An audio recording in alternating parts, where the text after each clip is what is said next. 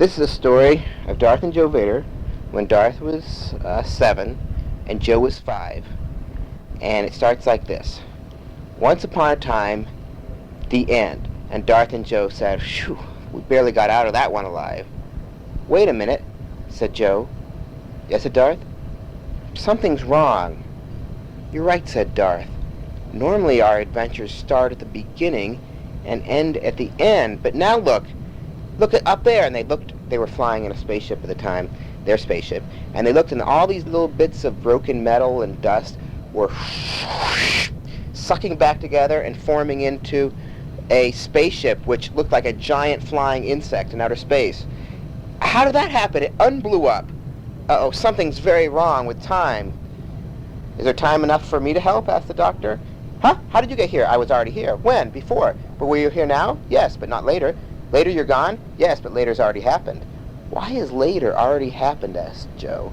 "Because," said the doctor, "you're starting this adventure at the end and going backwards, which is not a very good way of doing things, especially about 3/4 of the way through, because you're going to end up in a lot of trouble.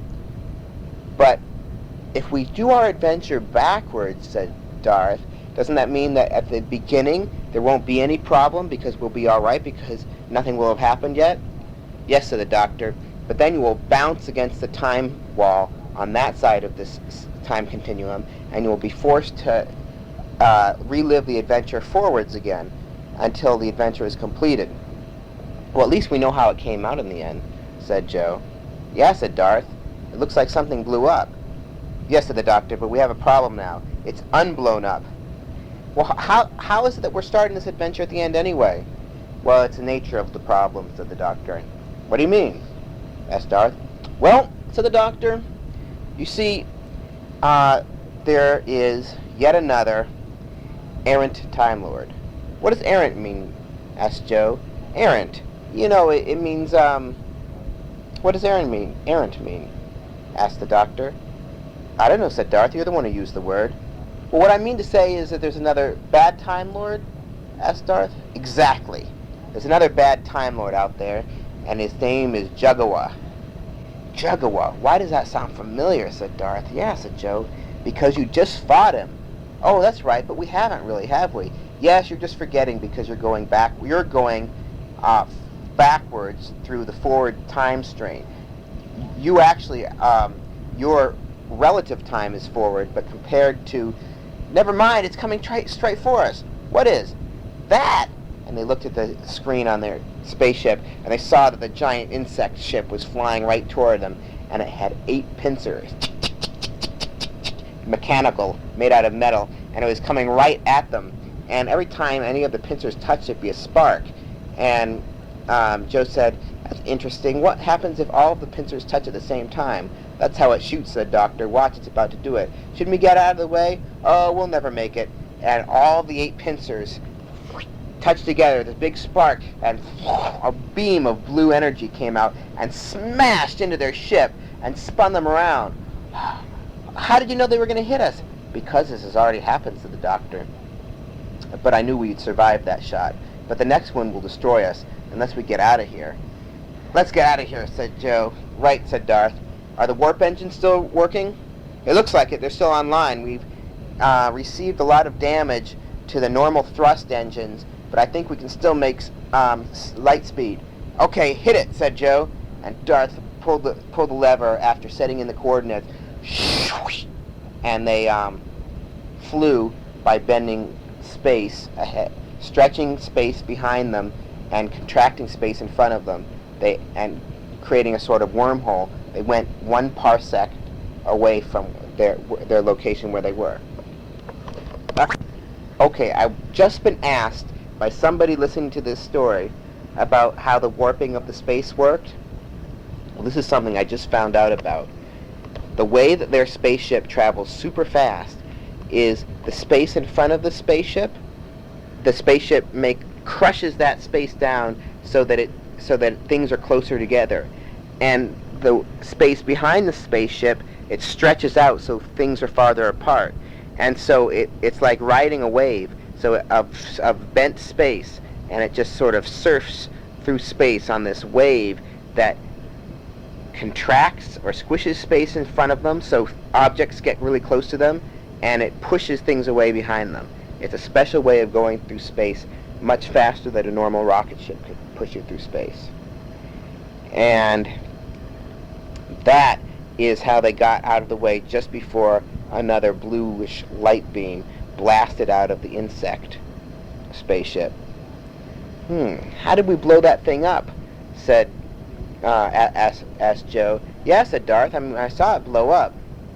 Exactly, said the doctor. But first, we have to capture Dr. Awagawa. Awagawa, is that what you called him before?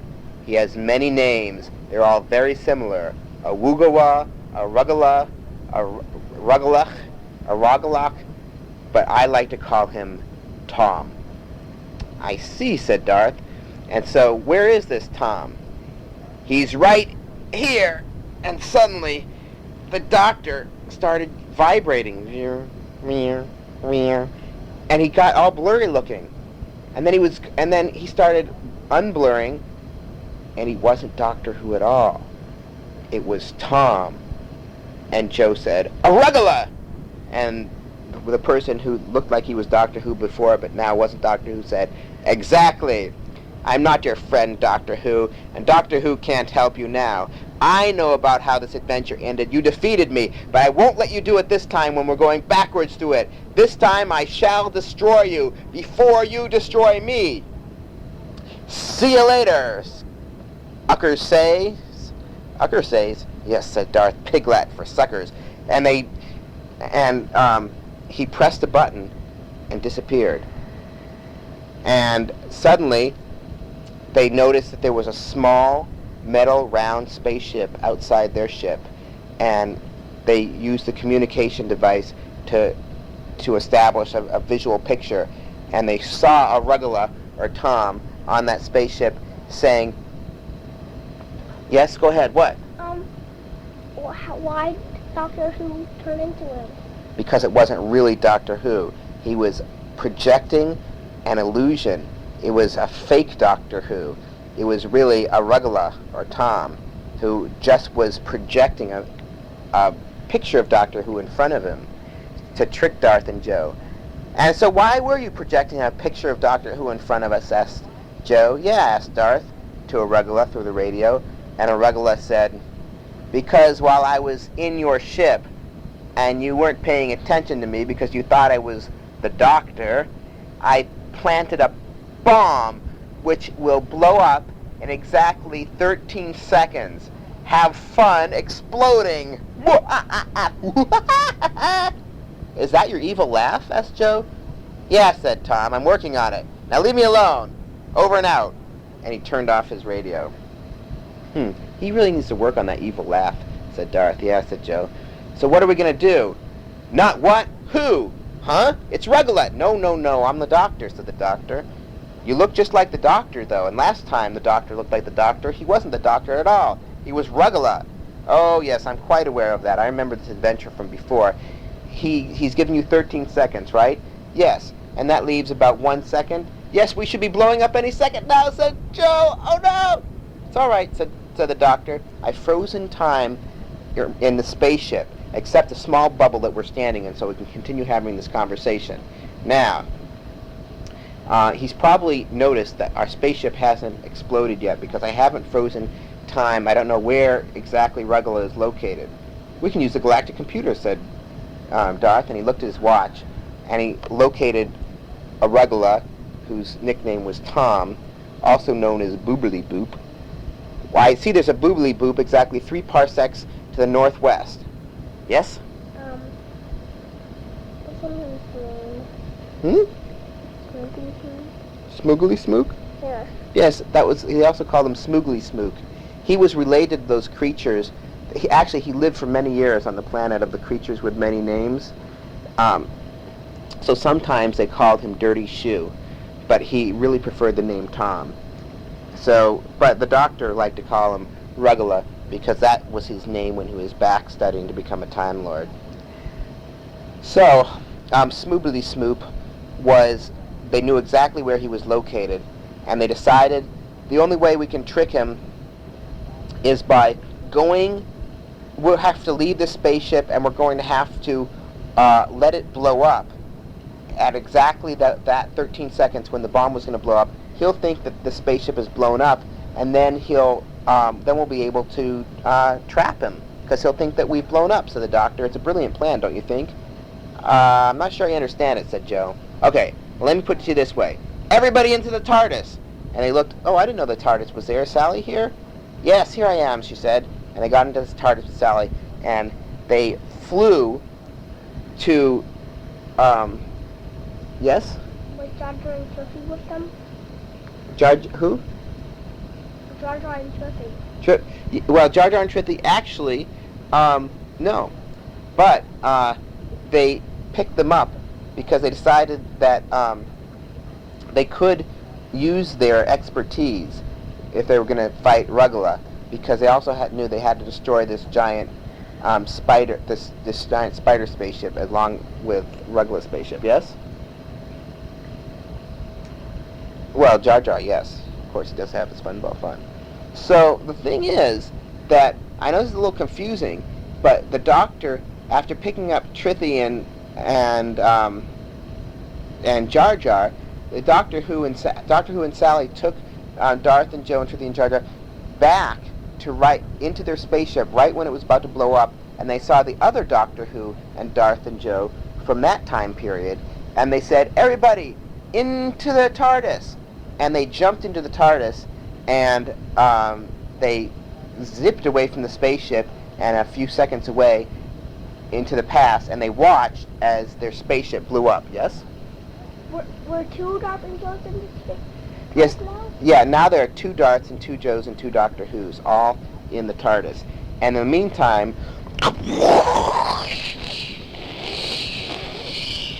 Okay, everybody together. 1, 2, 3...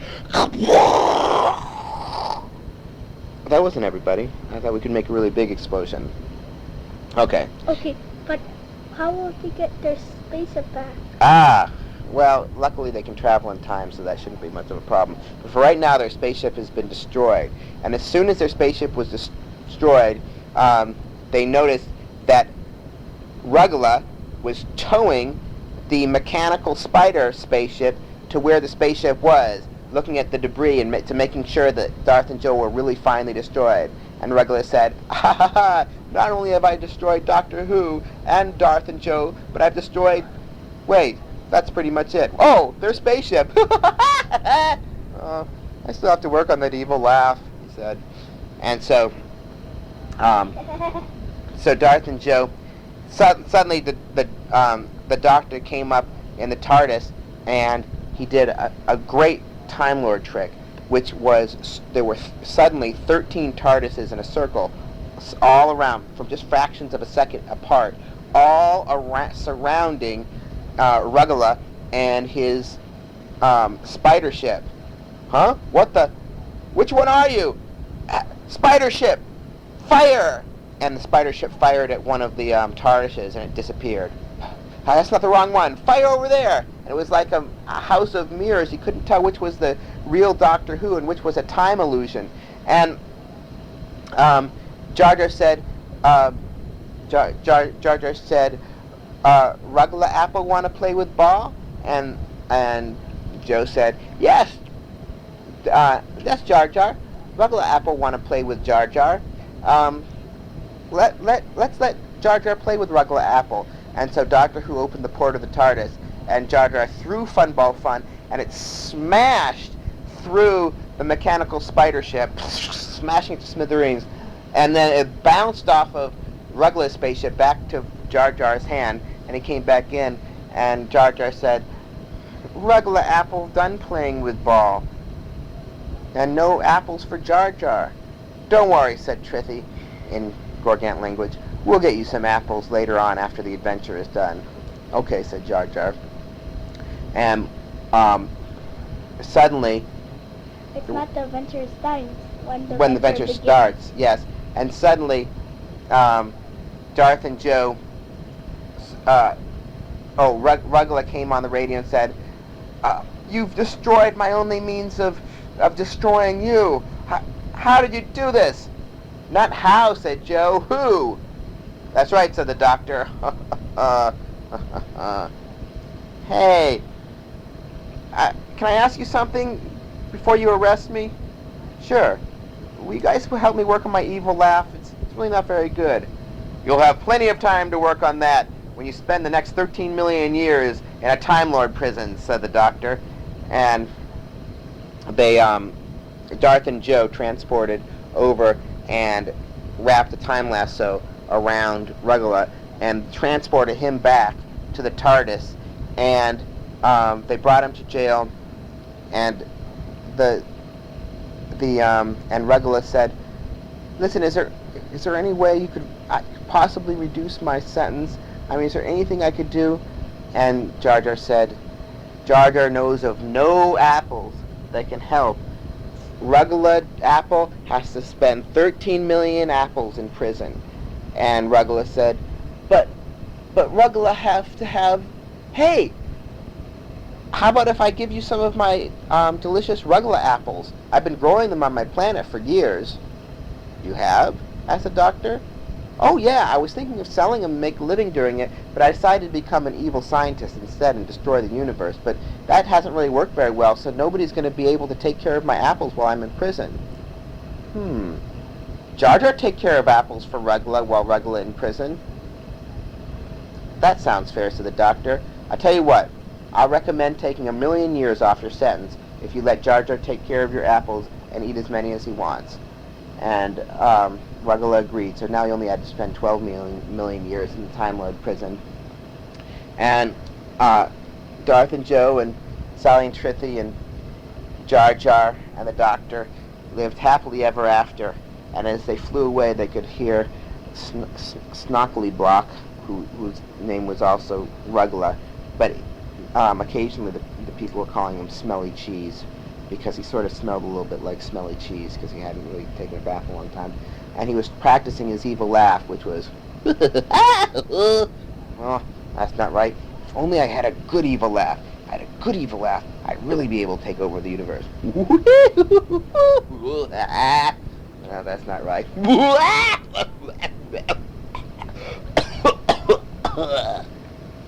And that's the last they heard him as they were flying away.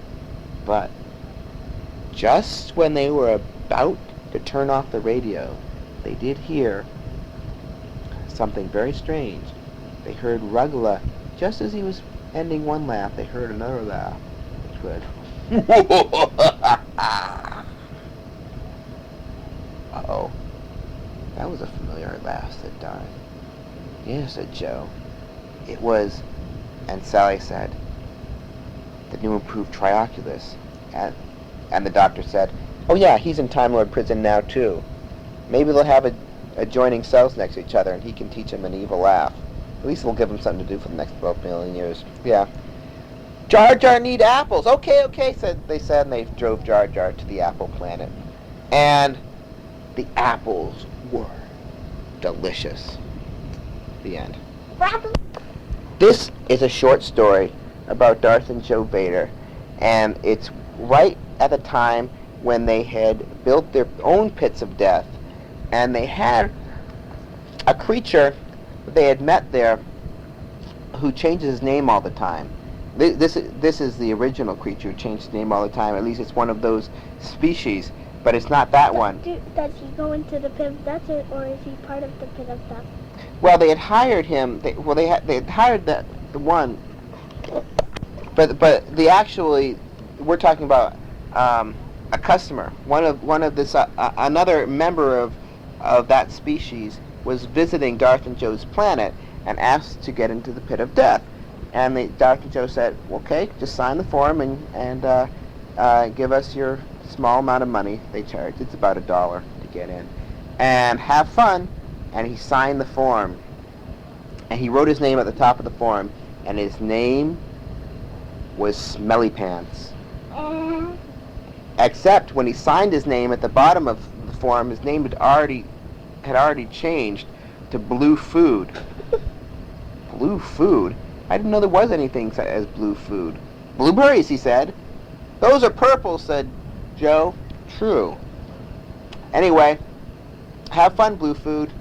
My name's not Blue Food. It's Finger in the Eye. Okay, have fun, Finger in the Eye. And he went down in the pit of death.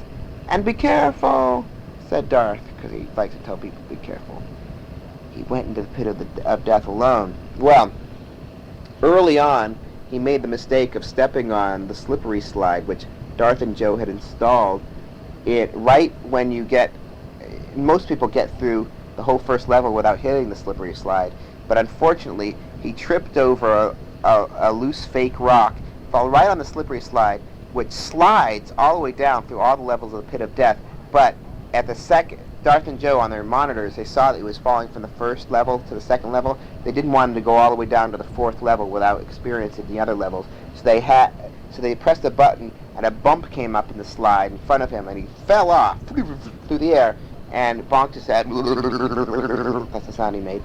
And he ended up on level 2 of the pit of death. What's his name now? His name is Broken Tooth, and it's named after the fact that he just broke his tooth on the ground when he landed. Well, luckily his species, their teeth grow right back again right after they break, so it's not a big problem. So anyway, he was walking down the road when suddenly somebody jumped out of a room and said, "Yo, cream cheese!" Oh, no, that's not right. Well, orderly board. Oh, and he walked back in the room, and Smelly Tooth said, "My name's not cream cheese, huh? It's Toe." Oh, okay. And he went back in the room, and Toe continued to walk down the hallway. Well, pretty soon Toe heard some music playing, some guitar. It's very faint. He decided to follow it to see what it was. Gremlins don't play guitar, do they? What? Changed his name a lot. Oh, okay.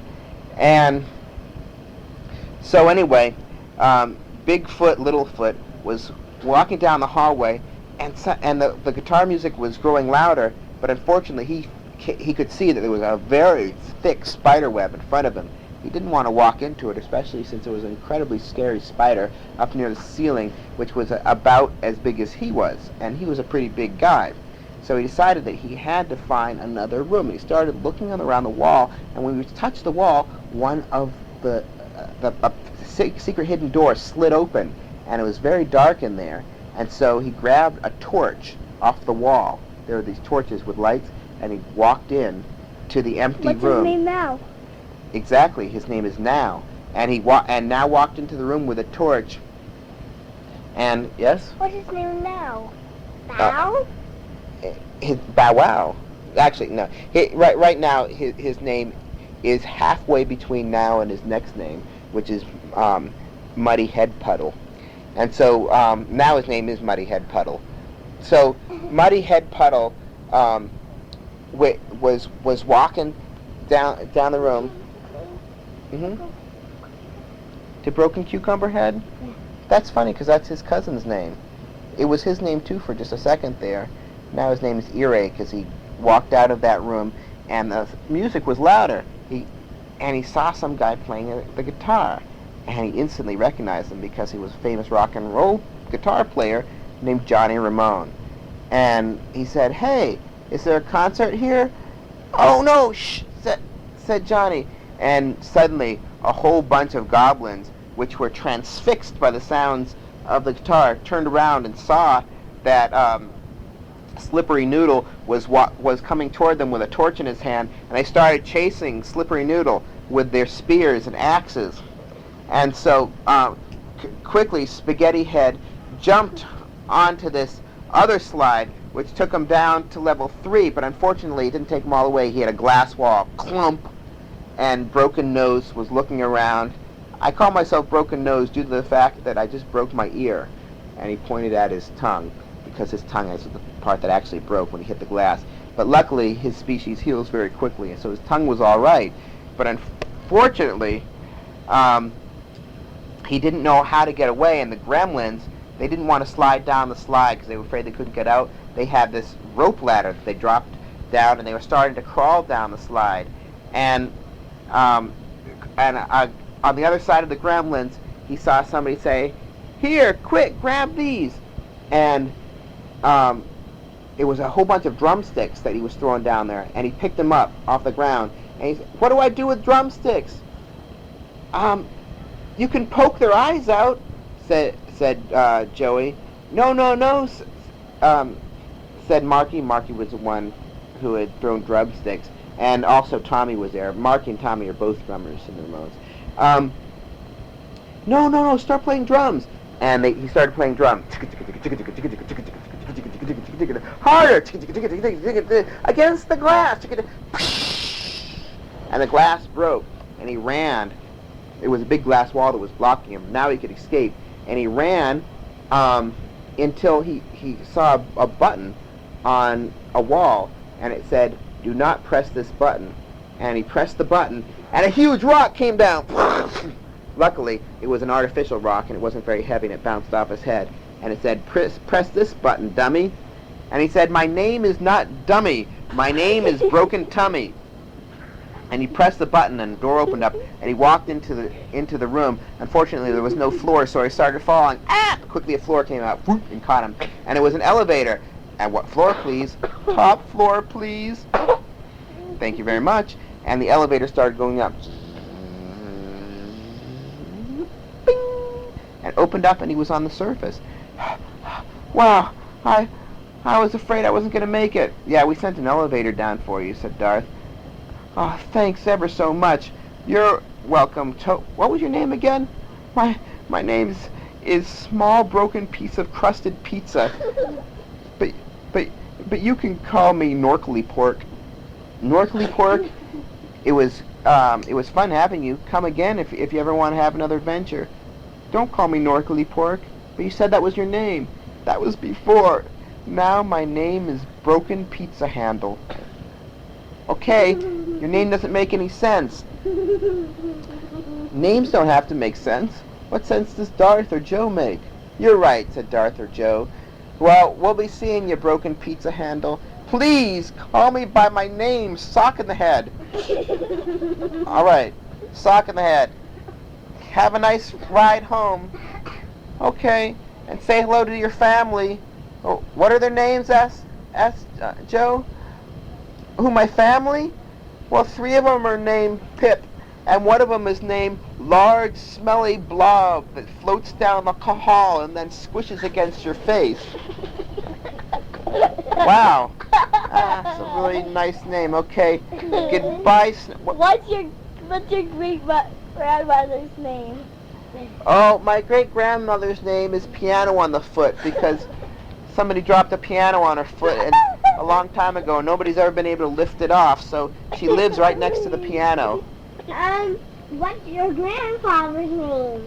"Oh, my grandfather's name is Pencil in the Eye because a sharp pencil stuck in his eye once, and he was going to take it out, but then he found it was very convenient because he could erase things because the eraser was sticking out. Anytime he wanted to erase what he wrote, he just had to move his head around, so he left the pencil in his eye. He grew a new eye next to it." What's your great-grandfather's name? "Oh, great-grandfather Mudslide. He was a fun one, Mudslide. We also call him Jelly Bean Sandwich and Pickles on the Head because, of course, he had pickles on his head. I don't know why. Well, it was nice talking to you." What's your great? Which one do you want to know? My mom's name? My mom's name is Slap the Pickle because she has a giant pickle that she keeps outside her house, and she brings a broom outside and she slaps the pickle with a broom every day. So we call her Slap the Pickle Mama. We don't know why she does that. She's a little strange that way. We never really asked her. What's your great-grandmother? Oh, you mean great-grandmother putrid, smelly, bad person? We loved her. She was a great woman. We also called her Smelly Tire covered in a sticky, oily substance. What's her first name? Oh, her first name? Her first name was Tomato Head, and she also had a nickname, which was Bottom Stink. But all the guys used to call her Sam.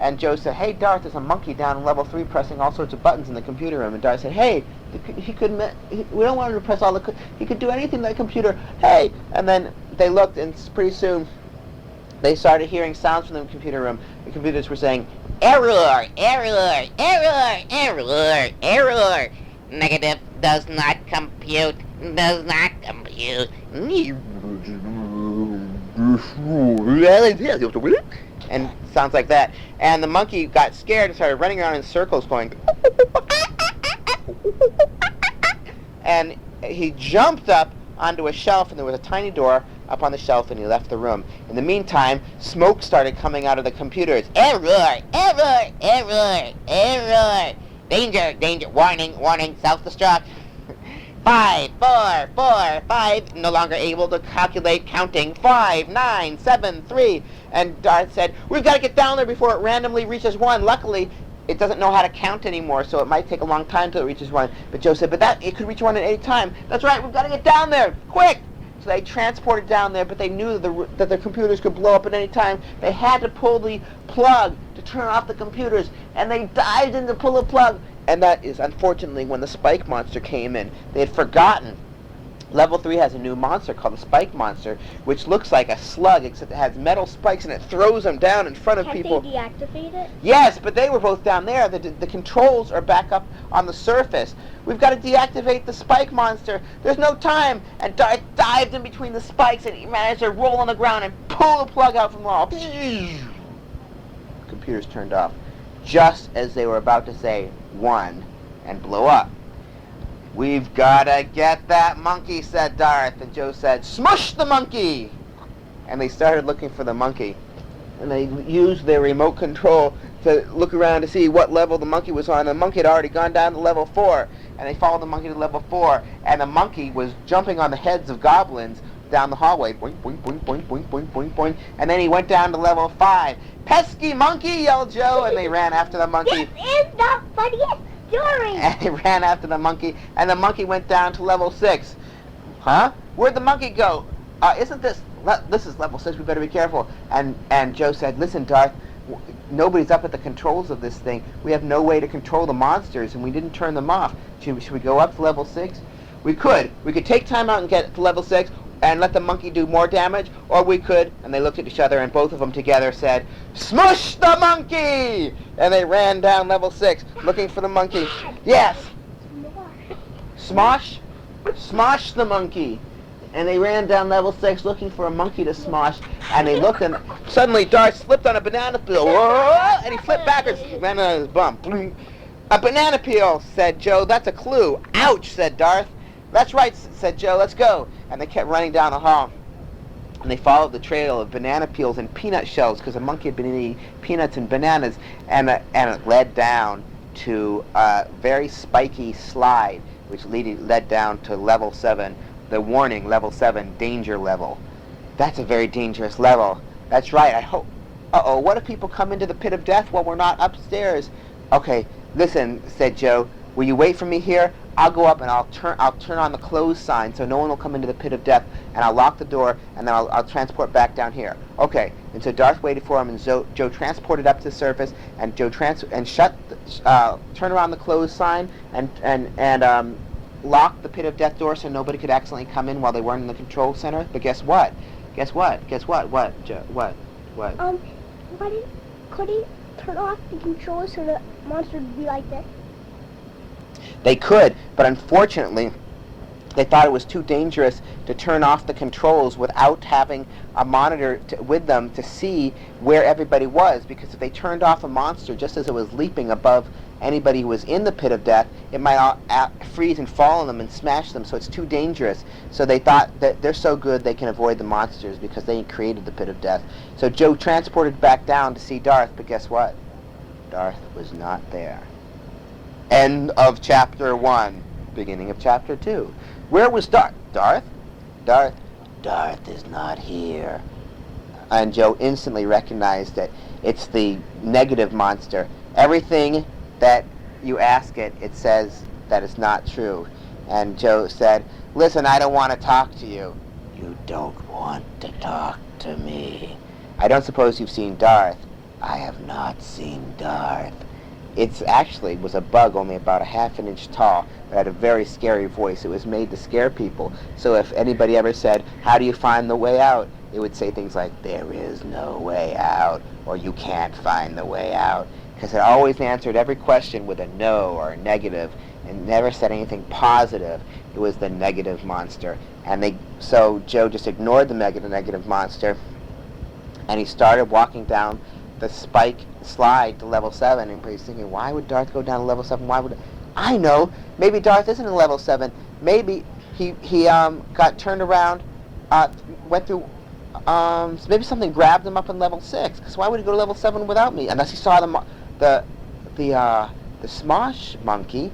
I wonder if he saw the Smosh monkey. So he kept going down to level 7. He just didn't know where Darth was, and he thought, if only we had hadn't put the anti-communication devices on level 6 and 7. See, level 6 and 7 were so deep that they made it so that communication devices such as radio can't operate. So if a bunch of people go down together, or a pair of people, or 3 people, or 17 people, they won't be able to communicate with each other if they're in different rooms through walkie-talkies. That's one of the things that makes the level so difficult. So they were on their own.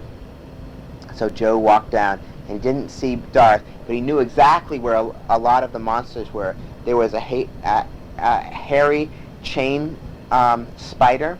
Its webbing was actually made from steel and titanium chains. It was incredibly strong. He knew just how to avoid it, and he walked around the edge of the room, and he didn't see Darth, and he went into the powder room, and he looked on the floor. The powder room has powder all across the floor that sticks to your feet, that starts itching and itching and itching and itching, and then you go crazy trying to scratch your feet. He looked, and there were no footprints, so he knew that Darth hadn't been in there.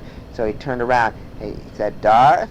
And when he said Darth, unfortunately, a mouse jumped out. Mouse is not the same as any of the other mice in the pit of death. Mouse is a 6-foot-high mouse, except he has really long, sharp teeth and very sharp claws, and he has this problem that he thinks that everybody is a big piece of cheese, so he always tries to eat everybody. And suddenly, Mouse jumped out and yelled, cheese, at Joe, and started running after him. Cheese, cheese, reaching out his hand. No, I'm not cheese, I'm not cheese. Cheese, cheese, oh, you can't reason with this thing. I'm going to have to break my own monster. And Joe took out his lightsaber, and the mouse said, cheese, and he jumped, and he grabbed the handle of the lightsaber and started chewing on it. Well, luckily that was enough to break his artificial teeth, and then he started feeling around. No teeth. Need soft cheese, and he started running at Joe. And he said, are you soft cheese? No, I'm hard cheese. Oh, hard cheese. No good without teeth, and he walked away. So Joe kept looking around, and suddenly he saw a shadow down the hallway. Who's that? Darth? He started running after it. Darth, is that you? No. He heard a voice say, I am not Darth. Who are you?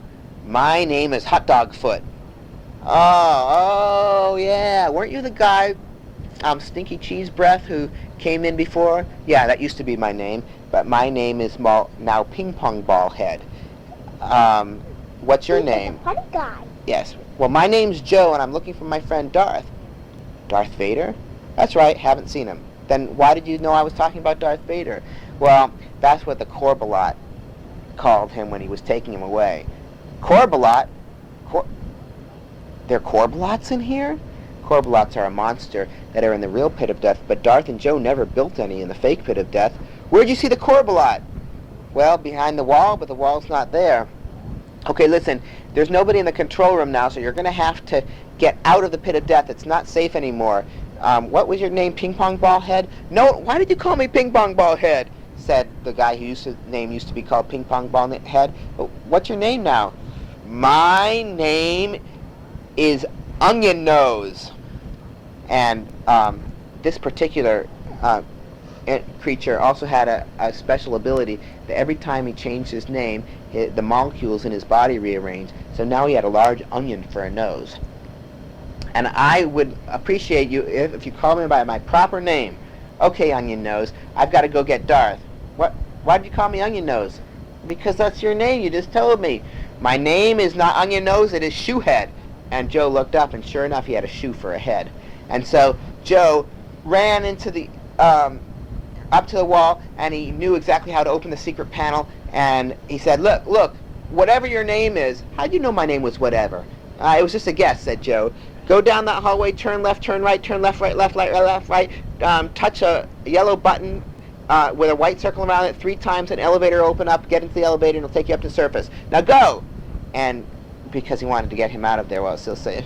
And so, anyway, carburetor fluid nostril ran down the hallway and did just like Joe said. In the meantime, Joe ran into the secret panel behind the door, and Corbinauts? Is that what they were called? Oh, they're very dangerous creatures. I have to find Darth. Must find Darth. Darth. There was an echo in this new hallway. Darth. Vader. Are you? In here. No. He's not. Who are you? You. Not telling. Well, this whole time, Joe just started walking toward the voice. He kept talking to this voice. Why aren't you telling? Because. Now, it was very hard. It would be very hard for a normal person to locate somebody in such an echoey room. But Darth and Joe have both been trained as Jedi warriors.